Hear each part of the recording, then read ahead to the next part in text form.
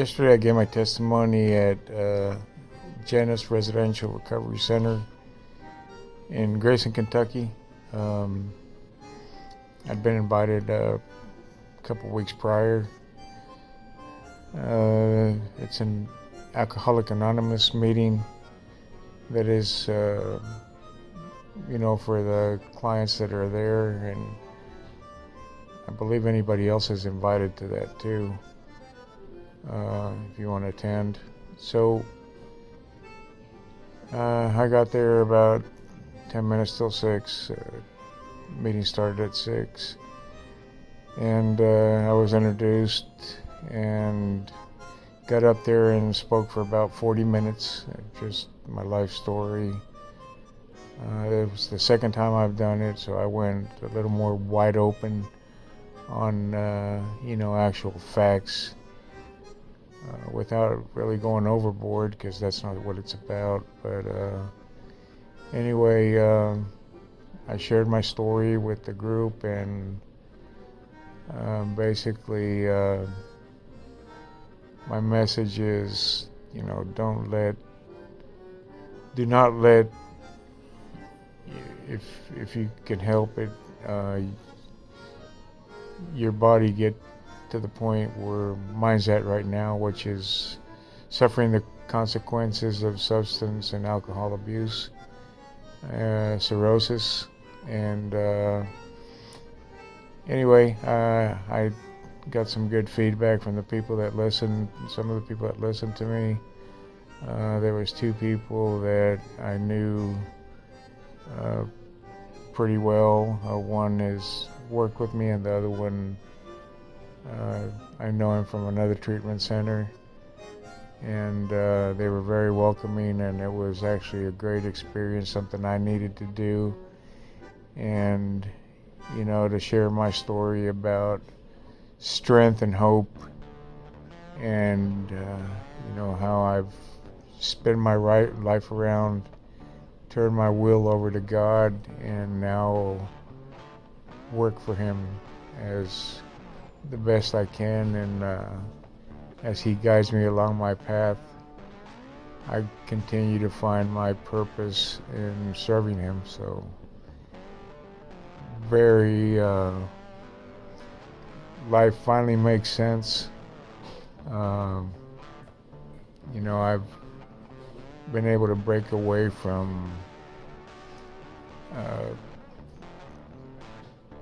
depression, just insecurities. Also, I've also found that my life actually means something now, versus before it was a very selfish way of living, and it was all about me. Now me's not in the picture anymore, and I am getting on a daily basis the opportunity to be surrounded by other people that seek the same thing I did and do. So here we go. I'll let you guys watch the following video of my second testimony. And cool thing was I got invited to 2 more. I'm waiting on opening dates for based on schedules, and I get to speak at another large group pretty soon. So anyway, here we go. Man, this is a cool facility. What is this, a mandatory meeting? Yep. Yeah. I best turn out there right across and a AA meeting. Been to a lot of them, not this many people. My name's Tommy. I'm an alcoholic. Tommy. I'm going to tell you guys a little bit about what I have going on right now, and then I'll just backtrack to the beginning, how the whole thing got started, and how it got me here, which is it's not that bad. So right now, back in January, I was diagnosed with cirrhosis. of the liver. Been admitted 3 times this year, once last year. I spent a lot of time in the hospital. So they found that I had celiac disease. They changed my diet. I can't eat bread or pizza or anything, anything with flour in it. It's not that bad. But then my liver shot. I mean, it's not doing what it's supposed to. Then back in March, my kidneys functions went down to 20%. So, man, they wouldn't let me go to the hospital. The gastrointestinal doctor came in and said, "Man, you might have 3 more months to live." No. And I didn't really feel that bad. It was just kind of weird that, that I'm getting this news, and I really, haven't been through that much pain. And so anyway, they started this procedure, which is called a paracentesis, which they come in twice a week now, and they drain fluid out of my stomach. So my liver is not able to do what it's supposed to. Thank God I'm medicated. Anybody that has Medicaid, protect it, embrace it, man. Ever since I've had it, I've never had to pay anything out of pocket for medication or any of the procedures. The procedures I'm having to do are very expensive. MRIs, CT scans. If you look at my calendar during, say, last month and the month before that, from Monday to Friday, half of it is filled up with doctor appointments, procedures, and I got to travel to Lexington because I'm trying to get a new piece of liver installed. That would really prolong my life. Otherwise, it probably won't be around that long if that doesn't happen. So, I see the other people that come in for these procedures, and they're beaten down, man. It really sucks, man. I go in there feeling good, man. God is by my side, and He is. I go in there, I joke around. Sometimes I even wear wigs and stuff and just make the nurses laugh. But it comes from me. I mean, I really enjoy doing that, and they think I'm missing a few bolts. That's okay. So anyway, when I was a baby, mom's from Galvin County. My dad is from Bolivia. Mom passed away 2.5 years ago, by the way. But anyway, they met at UK at the university. They had me. When I was 3, my father got a job. He graduated from college. Got an opportunity to go to Kentucky Fried Chicken, Costa Rica, and Central America. They didn't ask me if I wanted to go. Anyway, I grew up down there, attended elementary, high school. So we moved to like a rural area of Costa Rica, and so I grew up kind of like in the country down there. My dad bought me a motorcycle when I was 13, almost 14 years old, and I started. I didn't have a license, man, but the law is so underpaid down there. They don't really pay a lot of attention to what's going on as far as that. You only find out you're in trouble if you're in an accident. So I started hanging out with guys that were older than me. These guys, we go to the next town every night, all get together every single night. And at the age of 14, man, I started drinking alcohol on the weekends. I was like, all of a sudden, I got courage to go and talk to girls. I was very shy. But man, with alcohol, I was like, yeah, man, I can go up and talk to a girl now, and felt outgoing, and I just enjoyed it. On vacations, man, we partied all week long. Social studies class when I was 16, a guy in my class named Jim, he introduced me to cocaine. So we're down there living in a country that's only got a country in between Colombia and Costa Rica. So cocaine is cheap. It's pure. And it was, man, I remember I tried it while I was in a social studies class. And I was just like wired. I mean, like it was rocket fuel inside of me. Didn't really like it at the time, but then drinking alcohol, we drank so much alcohol that I used it to like roll dollars back and be able to party some more. So then cocaine came into the mix on a regular basis. And I mean, we'd drink to the point where we didn't even want to have anything to do with food. You know, when you're hungover, man, food tastes nasty. So anyway, graduated from high school and moved to the U.S. I got a girl pregnant and had to get out of there or get married to her. So I came up, started going to school here in the UK, started working in the restaurant industry, waiter in the kitchens of these restaurants, and everybody seemed to be in party mode at these places. You know, once you ended shift, it was like hammered down all the time. I'm like, man, yeah, this is it. Making a lot of money too. I mean, I worked at a French restaurant, man. We made $700 a week. I'm talking about, 1987, 1988. There's a lot of money back then. So, man, I quickly started losing interest in college. I'm like, man, what am I shooting for here? Business administration? Didn't make any sense to me. So,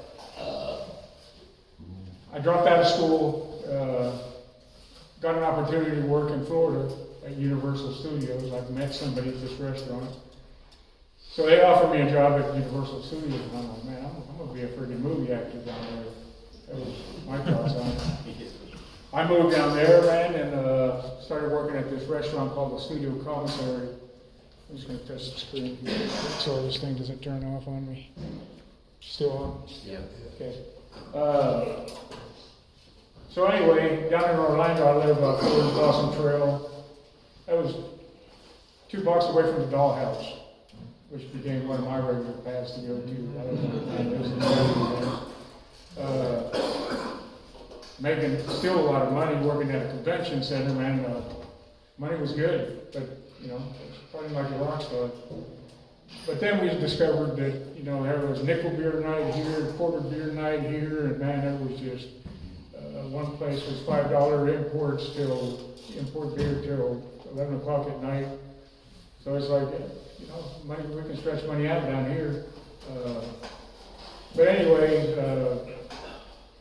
then ecstasy came in the picture, LSD, mushrooms that I already had,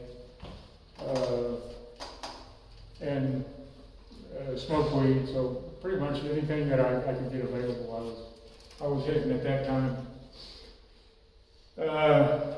I get offered the opportunity to go and manage my father's restaurant down in Central America. And I'm like, okay, I'm interested. So I moved down there, and you know, now alcohol is coming into the picture every single day.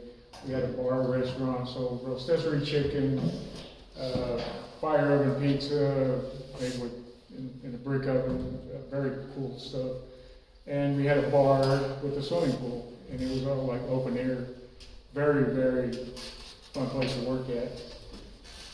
But of course, man, I'm hammering hard on this old freaking machine, man. I mean, just like hitting it hard. And Then a group of friends I was hanging out with, I kind of kept my circle of friends real tight. There was only 6 of us. And we got introduced to account adjusting, which was going after people that owed money to certain lenders.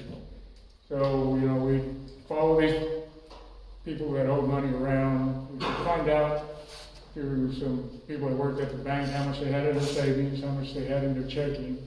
And we follow their wife. Sometimes she got on the bus, sometimes she got to work, sometimes children went to school. And then we start following the guy, see what he was up to. And we had a guy that his job was with the OIJ, which is kind of like CIA down there. Organization of Judicial Investigation is the name of that outfit. So he was one of the high up guys in the law enforcement, and he was part of our crew. So we would get together and have the best time of our lives, planning, laughing, drinking, and what was the next plan we were going to do with somebody, you know. He'd always tell us, man, if it's a gangster, every gangster is dangerous when he's one-on-one with you. He's dangerous when he's with his crew, but he's got things he loves, and that's what we go after. And I'm like, damn, really? Never thought of it that way. Which made me feel very smart, invincible, and you know, we had already a reputation in town. We go to bars and drink, nobody wanted to mess with us, man. We didn't want to interact with other people either. We couldn't tell anybody what we were doing. One day one guy shows up and mistreats his old girl in front of us. And so we called the law down the road to come up and pick him up. We were connected with the local enforcement. So when that guy went to the bathroom, we go and beat him up. And then we tell the cop in front of everybody, man, he touched me down here, man, in the bathroom. So that was our excuse to beat him up. Just things like that, man. We'd poison friggin' animals and just try to put a hurt on people, man. So I thought I was really slick. And the process we used, I thought I was very smart too. And I mean, I carried this. It took me to get in my 50s to figure out that I was doing everything wrong. So in 2018, I'm actually backtrack to 2012. I was repossessing motorcycles up here in the U.S. I had moved back and drove tractor trailers, and then got involved in motorcycle repossession. And once again, started making a lot of money, man. Then I also did export at the same time, shipped motorcycles, ATVs, resold them down there. Then anything anybody would order, I would do the logistics part, ship it to them. Really good money.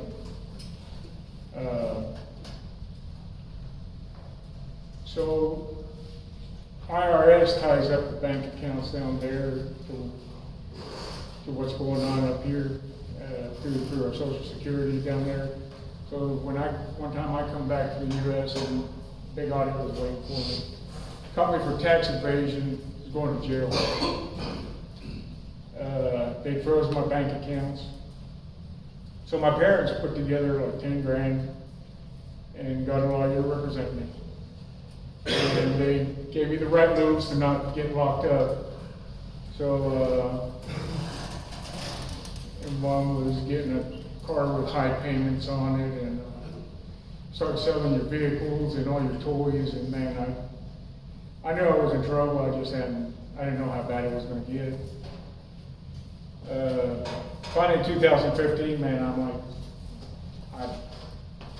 I'm choking here, man. I can't make any money. I lost my ability to make money. Otherwise, they could reopen my case and still put me in jail. This whole thing just went away last year. I mean, it haunted me for 10 years.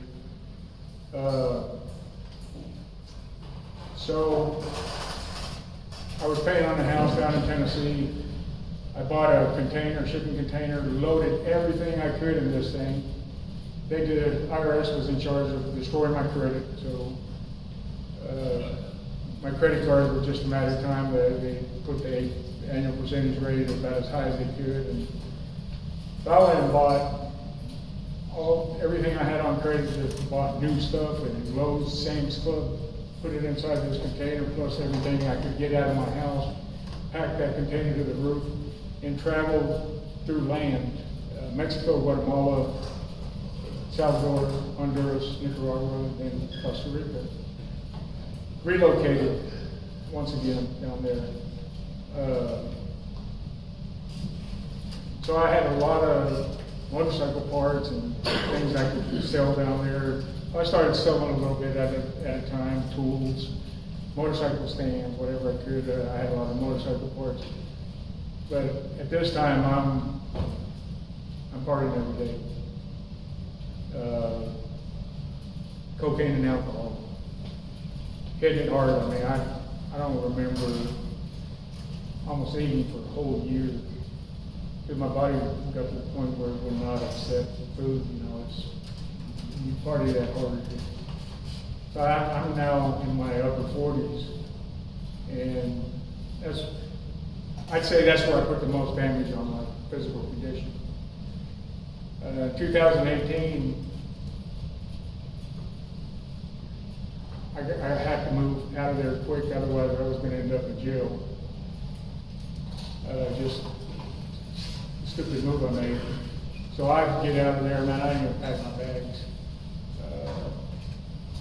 When I get here to Ashland, which my parents had bought a house here, they had me lined up to go to Sanibel up in Catlettsburg.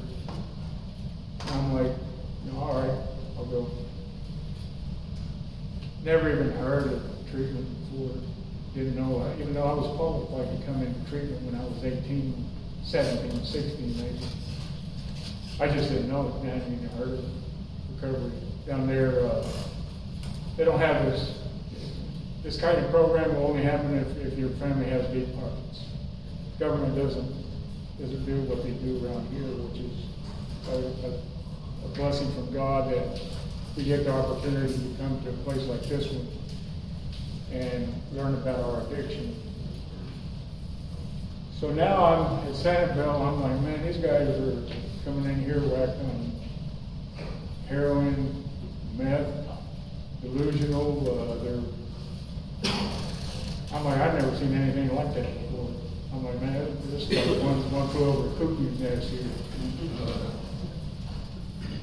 So soon after, they couldn't find me a phase 2 bed. I ended up at the house again.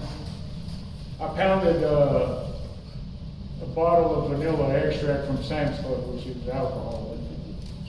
Ended up in detox.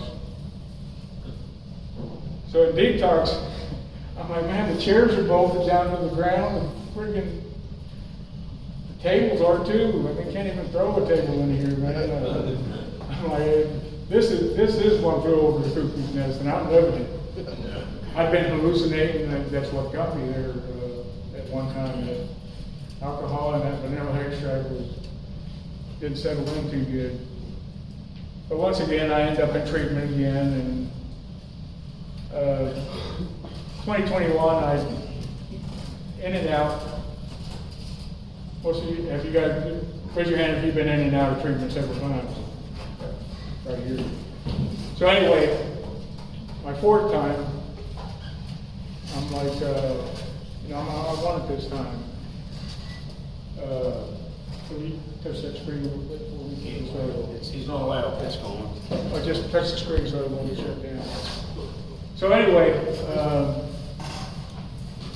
I end up in treatment, and I noticed I'm still using my old behaviors that are revengeful, calculated, and very patient. And I would get somebody that offended me, and I would start pushing their buttons, and I'm like, man, there's a camera right there. So I used the notebook that I wrote down in peer support group and counseling group. I used it as a log to log down the times when somebody I got them to say the wrong thing. a couple times I've seen guys kicked out of the program because they pissed everybody off, and now they're trying to find a reason to kick this guy out. I'm like, here it is now. Roll the cameras back. And I'm like, you know, some of these guys were schizophrenic, seeing things that aren't there. And I could see that. And it took other people to tell me what's really going on here for me to be able to learn that I was doing everything wrong at the time. I'm still revengeful, I'm still calculating, I'm still patient, and I'm using it against other people that are trying to recover from the same disease that I have.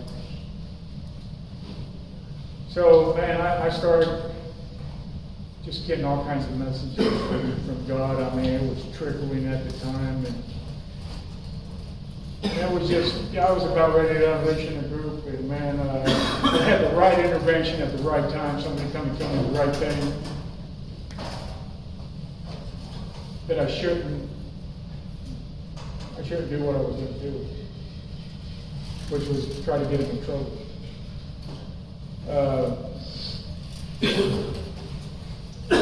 And this is the first time I really actually completed the program. Did the internship down in Louisa, culinary program, and became a peer support specialist at the time of addiction recovery care at Middle College. Learned a lot, and all this training's for free, and I'm like, man, is that crazy or what, man? Free training, nothing out of pocket, and just kicking back and learning with people like me. So, really enjoyed that part. Then I began working in residential treatment as a residential staff down in Louisa, and then I transitioned over here to Sanibel. At Sanibel, I worked for over a year, and finally I started messing around with alcohol again, drinking those 8% seltzer, and got caught. I'm still at a point where I don't get it. You know, I'm letting the cravings get to me, man, and I'm just, you know, I'm strong most of the time, but I fell short. I gave the opportunity to go to River Place. That's where I met Chris Atkins at. On a reset. So, man, I'm like, this is pretty cool. I'm here in treatment. I'm getting paid as a staff member while I got to do a month of reset. So I ran across great people. Chris Atkins was bringing in great speakers, man. Made a huge impact on my recovery, man. Listening to some of the guys he brought, and I mean, I'm like, you know, shoot, if they can do it, I can do it, you know. While I was at Sanibel, I had the opportunity to work with Jackie over there. Nobody likes Jackie. You know, he really enjoyed working with him. And you know, here shortly after that, I got to the point where I relapsed again in January. So I lost my job there and ended up at the hospital for the first time. And for several days, my potassium, my ammonium levels, and my sodium were just completely off whack.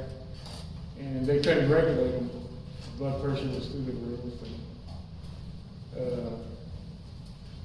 So then they discharged me, and then I ended up back there a few days later, and then same thing happened again back in March, and that's when they said, you know, you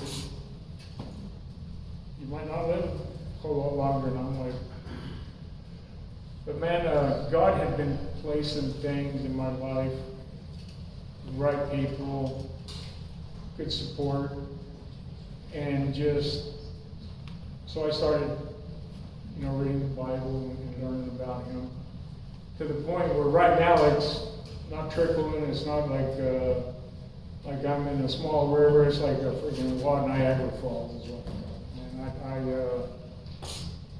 And right now at this time, I pick up food donations, deliver to the recovery centers. I pick up clothes donations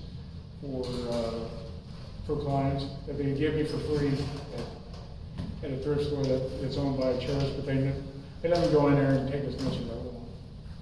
And it's through the fact they know what I'm doing it for. And the lady that runs the place, his son was in addiction, so she's a good friend of mine. Man, I'm just blessed all around to be, around people like me. I'll backtrack to 2021, step 4 and step 5. When I was working those steps, I worked with a guy out of River Place. His name is Levi. So he gives me all this material I gotta fill out. And among that was fears. And I'm like, I didn't want to, I could never identify with fears. And I'm like, why am I going to be fearful if I can go and get them back? Wrong mentality right there, man. Then I found out, after being explained by a few other people that had been in recovery a long time, that I was fearful of many, many things, man. Then when it came to the men, I was like, man, that's a tough one. Anybody created enough damage in the family to just lose their trust and I'm one of them, man.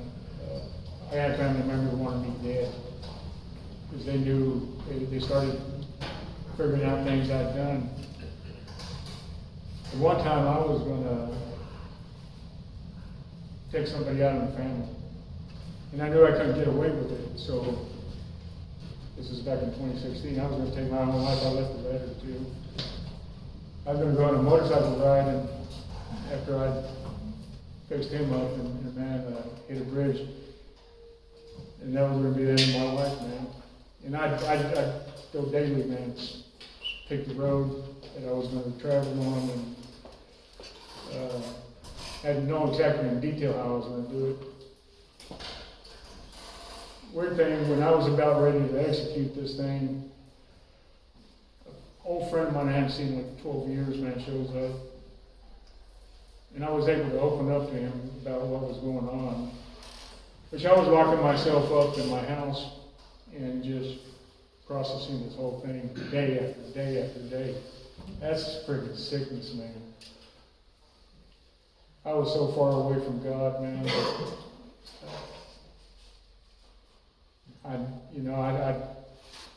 That's the only way I saw out. I'm like, this is it, man. And he shows up right before I'm going to do this whole thing. So the amount of damage I created to that part of the family is still, something that I need to go and sit down with his family and ask for amends. It's going to be a hard one, man, and it's the one I have left. But it's so important to get these things off your chest, man, that once you do, it's like, man, you can breathe. Takes a big freaking gorilla off your shoulders, man. But anyway, right now I'm doing all the things that the transplant center in Lexington, the liver transplant center, has been working with me since March. I got a shot at a new piece of liver. Every Monday the doctors get together and they decide who goes on the donors list.